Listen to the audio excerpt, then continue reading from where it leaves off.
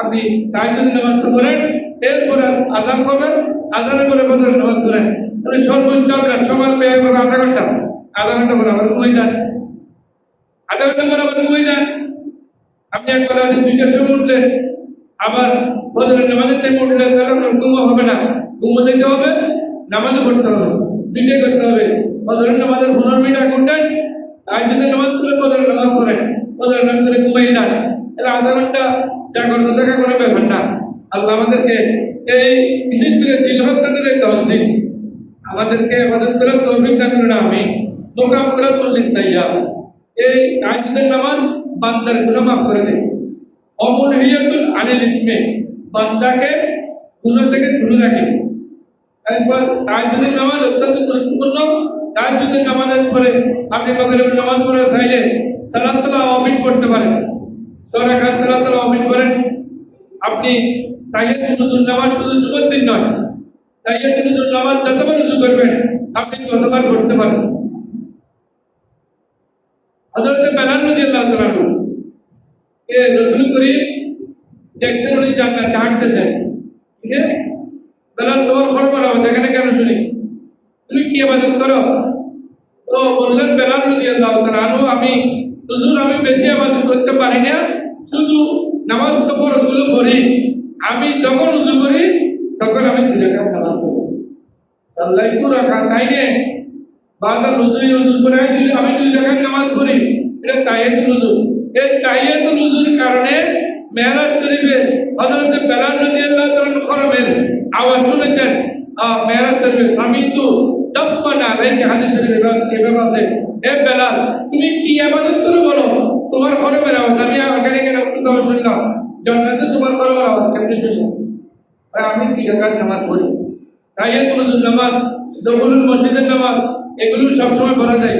আপনি মসজিদে আসলে ওযু বানাইলে করে পড়তে পারবেন, মসজিদে ঢুকলে 2 রাকাত নামাজ পড়তে পারেন। হ্যাঁ, আপনি ওইজন্য নামাজ পড়তে পারেন, আপনি রিজিক দৌলত বৃদ্ধির জন্য 2 রাকাত নামাজ পড়তে পারেন, আপনার হাজত পুরা করার জন্য, সমস্যা সমাধানের জন্য 2 রাকাত নামাজ পড়তে পারেন। বিশেষ করে এই 10 দিন, জিলহজ্জের এই 10 দিন নফল ইবাদত বেশি বেশি করে করবেন। এরপর আছে নফল রোজা। নফল রোজা রাখবেন বেশি বেশি এই 10 দিন। 10 দিনের মধ্যে 9 দিন, জিলহজ্জের 1 তারিখ থেকে 9 তারিখ পর্যন্ত নফল রোজা রাখার চেষ্টা করবেন। যারা যারা পারেন নফল রোজা রাখবেন। আল্লাহ তাআলা ইন্নাল্লাহ তাআলা মিনাল মুমিনিনা মিন আনফুসিহিম। তো বিশেষ করে দান সদকা করা, এই 10 দিন দান সদকা করবেন, বেশি বেশি করে দান সদকা করবেন। আর আরেকটা মশালা, এটা এখন আমি বলে দিচ্ছি, সেটা হলো এই 10 দিন কোনো নখ কাটবেন না, শরীরের কোনো পশম কাটবেন না। যারা রোজা রাখেন তারাও, আর যারা রোজা রাখেন না তারাও, সমস্ত মুসলমানের জন্য এটা। অর্থাৎ এই 10 দিনের আগে কুরবান যদি 28 তারিখ হয়, তাহলে 10 দিন শুরু হবে 18 তারিখ থেকে। 9 দিন থেকে 9 তারিখ থেকে আজকে কয় তারিখ? আজকে 15, 16, 17, 18, তাহলে আপনি 17 তারিখের আগে 10-16 তারিখ আপনার নখ, অবাঞ্ছিত শরীরের নখ, মাথার চুল আগে ভাগে কেটে ফেলবেন, যারা কাটার দরকার আগে ভাগে কেটে ফেলবেন। এমন শরীরে অবাঞ্ছিত নখ এবং নখ এগুলো শরীরের উপরে রাখা ঠিক নয়। অনেক পুরুষ, অনেক মেয়ে এত লম্বা লম্বা নখ, এত দূর আছে, এটা আপনি এত দূর নখ কেন রাখছেন? ধরে এমনি রাখছি, আর এমনি রাখছেন, এটা তো কিনতে পারবে না, হাদিস শরীফের মানা। দ্বিতীয় নম্বরে বিজ্ঞান বলতেছে আপনার সাথে জীবাণু নিয়ে আপনি খেলা করছেন। নখের ভিতরে অসংখ্য জীবাণু থাকে, বিজ্ঞান বলে ওখানে আপনার এখানে জীবাণু আছে, তা আপনি একজন ভালো মানুষ, আপনি জীবাণু নিয়ে এখানে হাঁটবেন, আপনার থেকে আরেকজনের কাছে জীবাণু যাবে কেন?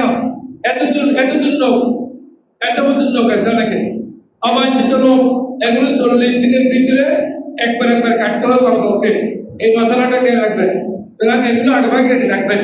তো যারা যারা পারেন বেশি বেশি করে এখানে সদকা করবেন, সদকা দিবেন মানুষকে। ইন্না সদকাটা সিরে তুলবিউ গাদাবার রব্বে, আপনি সদকা দিলে আল্লাহর রাগ আপনার উপর থাকবে না, আল্লাহ আপনার উপর রাগান্বিত হবেন না। সুতরাং বেশি বেশি করে সদকা দিবেন। এই 10 দিনের মধ্যে বেশি বেশি করে তওবা করবেন। আল্লাহ বলছেন, ইয়া আইয়ুহাল্লাযীনা আমানু তুবু ইলাল্লাহি তাওবাতান নাসুহা। বান্দা তুমি ভালো করে তওবা করো, তওবার মধ্যে তওবা করো। জিলহজ্জের 1 তারিখ থেকে চাঁদ থেকে দোয়া করবেন, আল্লাহ আমাকে এই মাসের মধ্যে শান্তি দান করুন। এটি নতুন আমি দেখলাম, এই মাসে তো আমি শান্তি পাই, আমি এই মাসে যাতে অন্তর খুলে ইবাদত করতে পারি সেই তৌফিক দান করুন। চাঁদ থেকে দোয়া করার পরে বেশি বেশি করে সদকা দিবেন এবং মসজিদেও দান করবেন। আর সদকা টাকাও ফি কবরির রহমান আব্বুরা উম্মত টাকাও ফি কবরিল ফকির। আপনি নেককার দিনদার ফকির মিসকিনের হাতে টাকা দেওয়ার আগে এটা আল্লাহর কুদরতে হাতে যায়, মসজিদে দেওয়ার আগে আল্লাহর কুদরতে হাতে যায়। সুতরাং মসজিদে 10 দিনের মধ্যে যতদূর পারেন এই 10 দিনে মসজিদের মধ্যে মসজিদের জন্য দান করবেন। গরিব দুঃখী নেককার দিনদার ফকির মিসকিনকে দান করবেন।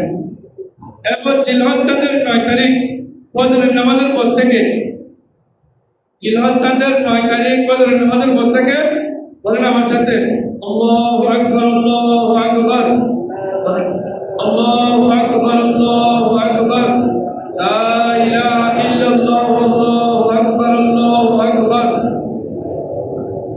ওয়ালিল্লাহি এটা পড়বেন। জিলহজ্জের 9 তারিখ থেকে 13 তারিখের আসর নামাজ পর্যন্ত এটা পড়বেন, এটা পড়তে থাকবেন।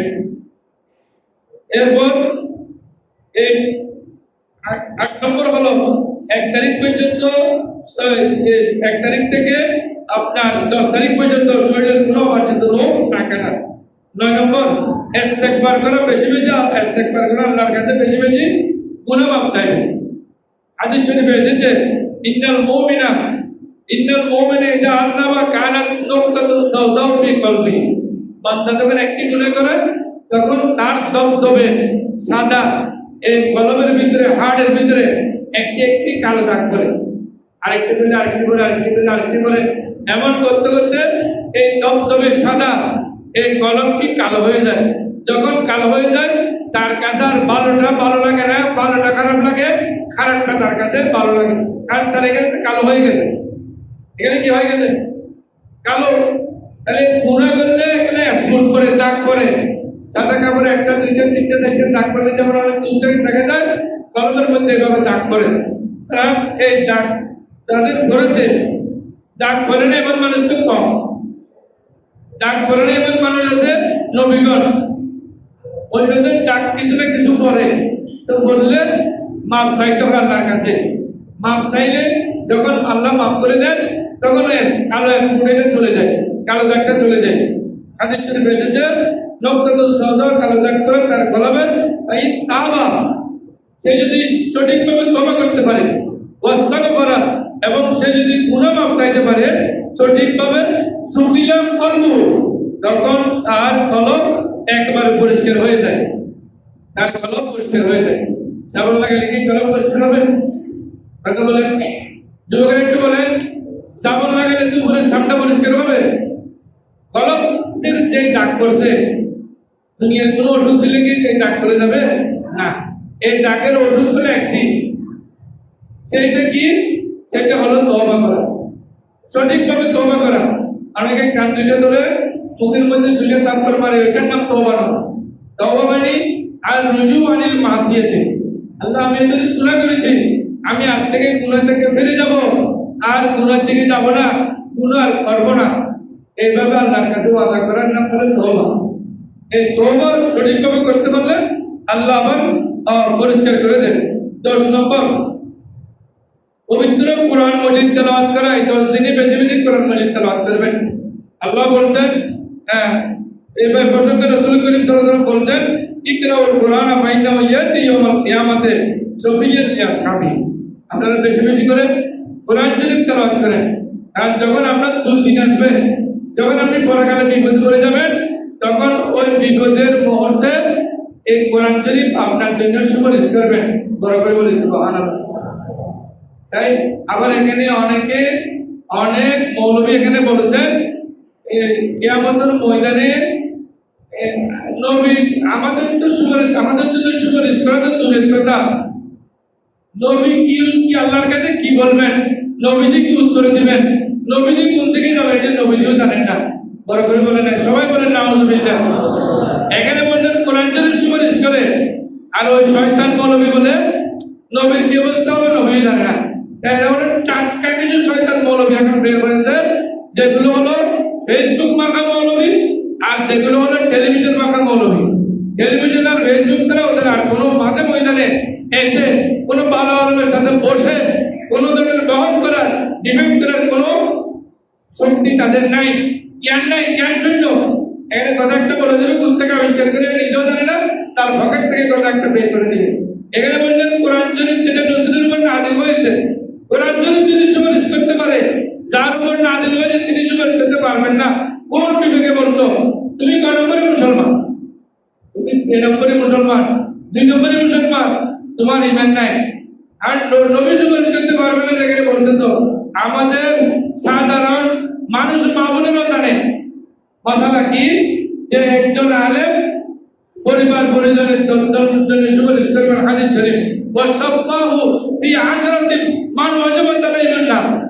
10 জন জাহান্নামীর জন্য একজন ভালো আলেম, এটা উনি যদি ব্যস্ত হয় 10 জনের জন্য সুপারিশ করতে পারবে।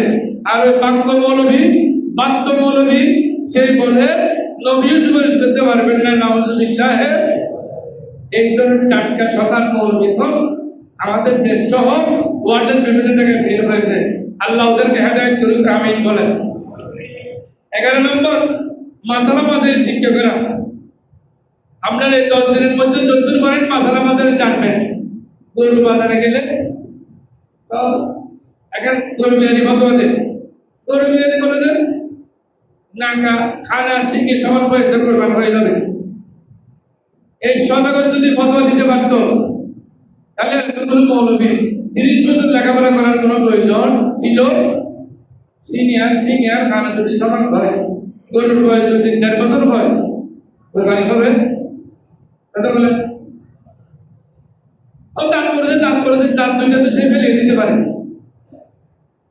মাস্টার দিয়ে বাড়ি দিলে দাঁত দুইটা পড়ে যায় না, তো দাঁত দুইটা পড়ে গেলে কি 2 বছর হয়ে গেছে? এর বয়স হয়েছে 1 বছর 10 মাস, দাঁত দুইটা ফেলে দিয়েছে মাত্র যিনি গ্রাহক, যিনি কাস্টমার, তিনি কম টাকা দিয়ে কেনার জন্য এই ভাগা লেগেছে। আর উনি যিনি গরু বিক্রি করতেছেন তিনি তো আগের থেকে ভাগা আছে, গরুর দাঁত চলে গেছে, কোরবান হয়ে যাবে। দাঁত চলে গেলে কোরবান হবে, কানা সিং একসাথে বলে একই ধরনের বলে কোরবান হবে, এটা তো কোনো কিতাবে লেখে নেই।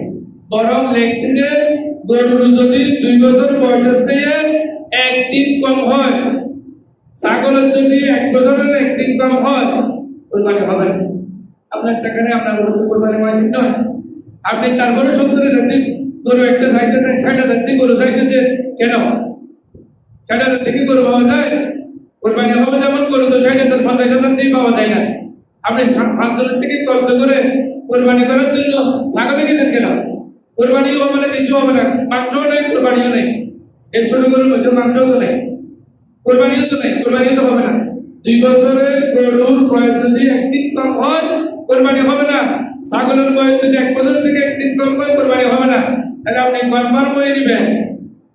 রেফারেন্স কথা ধরে আপনি গরু ছাগল নিলে আপনার কোরবানি হবে না। এটা কোরবানি হওয়ার কোনো যৌক্তিকতা নাই, হবে না। ইনশাআল্লাহ আগামী জুমায় আমি এই ব্যাপারে মাসাল নিয়ে ইনশাআল্লাহ আলোচনা করব। আজকে এরপরে আজকে আর বেশি আলোচনা করলাম না। মাসালা 12 নম্বর হজ আদায় করা, যাদের উপর হজ খরচ হয়েছে হজ আদায় করা। আপনি যত ভালো মানুষ করবেন কেন, যদি আপনার উপর হজ খরচ হয়ে থাকে, আপনি হজ আদায় করেন নাই, হাদিস শরীফে এসেছে আপনি মৃত্যুবরণ করার সময় ইহুদি হয়ে মরবেন, জানি নাসারা হয়ে মরবেন। অর্থাৎ ট্রাম্পের পার্টি হবে, জানি ইসরায়েলের পার্টি হবে। ইসরায়েলের ট্রাম্পের পার্টি হয়ে যদি দুনিয়া থেকে চলে যান, আপনার কবরের ঘরে শান্তি হবে? কোনো মুসলমানের শান্তি হবে না। ইহুদি নাসারা বাদ দিতে হবে। ইহুদি নাসারার মত সে মারা যাবে বলছে হাদিস শরীফে এত কঠিন, তারপরে আপনার কাছে টাকার মহব্বত কেন? টাকার মহব্বত কেন? আপনার খরচ করতে 7 লাখ টাকা যায়, 8 লক্ষ টাকা যায়, এই টাকার জন্য আপনি হজ করছেন না, কাল যদি আপনি মারা যান এই টাকা কে খাবে? টাকা তো আপনার নেই, এই টাকা তো আপনার সন্তান দেয়, কিন্তু মায়ের খাতে পাবে কবে? কার? নিজে শাস্তি পাবেন নিজে, টাকা হবে সন্তানের টাকা খেয়ে মজা মারবেন, আর আপনাকে ওখানে ফেরস্তারা নিয়ে মারতে মারতে মজা করবেন। তো কোনটা ভালো? হজ খরচ হলে হজ করে ফেলতে হবে। এই 10 দিনের মধ্যে হজ করতে হয়। 8 তারিখ থেকে হজ আরম্ভ হয়, 8 তারিখ, 9 তারিখ, 10 তারিখ হজ। তারপরে এরপরে সরকারকে বাধ্য করতে হয় 5 দিন বিশেষ করে হজের কাজ। এই 5 দিন এই মাসের মধ্যে হজের কাজগুলো করতে হয়। আল্লাহ রাব্বুল আলামিন আল্লাহ রাসূল বলেছেন ইয়াকুলু মান হাজ্জা, যে ব্যক্তি হজ করলো ওয়ালাম ইয়ারমুজ ওয়ালাম ইয়াফসুক যাজাকা ইয়াউমিল ওয়ালাদতুহু, সে এমন ভাবে নিষ্পাপ হয়ে গেল তার যেমন কোনো গুনাহ নেই। সুতরাং হজের কারণে গুনাহ সব মাফ হয়ে যায়। ইবাদত যেমন কঠিন, কষ্ট, টাকা খরচ, তেমনি লাভও বেশি হয়।